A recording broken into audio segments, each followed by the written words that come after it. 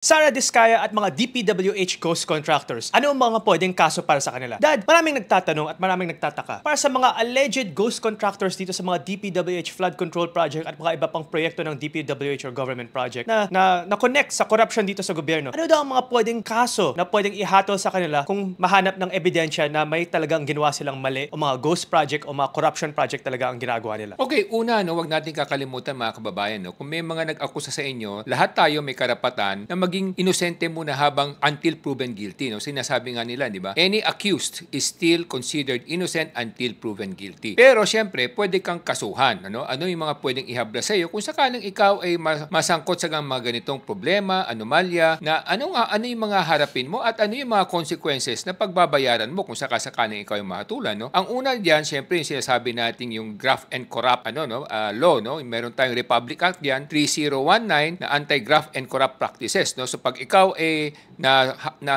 nahatulan yan, ang iyong normally up to 15 years ka pwedeng makulong, plus forfeiture o seizure ng iyong mga assets na nakalap sa mga ganitong pamamaraan. So una yon under Republic Act 3019, Anti-Graft and Corrupt Practices Act. Number 2, yung pag-plunder, ibig sabihin pag more than 50 million, kasi katulad nito, mga mukhang billion-billion yung mga kontrata nila, at kung mga ghost projects to, makikita naman natin mga humigit kumulang more than 50 million yung mga per contract, per count ito. So kung plunder yan, meron din tayong Republic Act yan, 7659 naman yan. Yan naman kung sakasakaling mahatulan ka, life imprisonment yan, panghabang buhay per count. So kung marami kang project na ginawa, multiple life imprisonment ang iyong sentensya, so napakabigat din na problema niya. So yan yung mga pwedeng daanan mo o haharapin mo kung ikaw ay nasangkot sa mga ganitong problema. At hindi pa tapos yan, meron pang pangatlo na tinatawag natin, yung sinasabi nating under Republic Act 9160, kung hindi ako nagkakabali, yung Anti-Money Laundering Act, per count din yan. So pag yung pera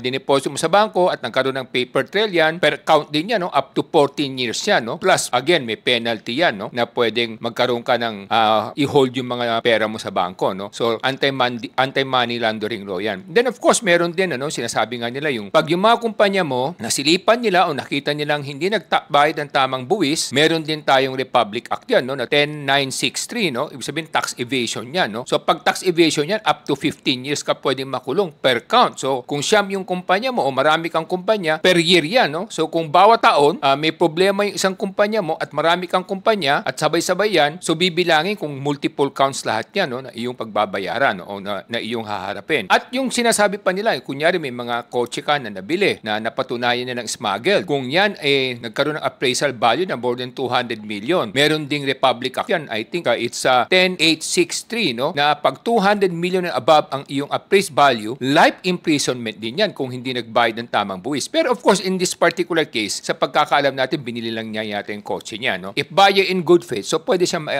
mapawalang bisa doon, mapawalang sala. So yan yung mga kasong haharapin natin kung tayo ay nasangkot sa mga ganitong anomalya. Ngayon, Dad, kung nakasuhan nga yung mga ghost contractor na to or mga corruption practice na contractor na to, tas ang daming kaso pala may bibigay sa kanila, sinasabi mo may mga multiple life imprisonment, kung lahat nagpatong-patong, gano'ng katagal sila mapupunta sa kulungan? Di hanggang mamatay na sila niyan, kung lahat yan masesentensyahan sila, kumbaga hindi lang life imprisonment pero multiple na yan. So up to hanggang siguro huling hininga mo nasa kulungan ka pa rin, Pero Dad, kung kinulong na sila, mababalik pa ba ang pera na kinuha nila o na nakawan nila sa gobyerno na ginamit para sa corruption nila? Normally may forfeiture yan o seizure, garnishment. So i-garnish yung mga ari-arian nila, lahat ng mga nakamal nilang pera, ari-arian, mga gamit na nakuha na kinita nila, kukunin lahat yan, So pati yung mga beneficiary nila kung nasangkot din o involved din, pati yun madadamay, matatamaan, kung yung mga anak nila ginamit din nila sa kumpanya nila, lahat pati anak nila damay yung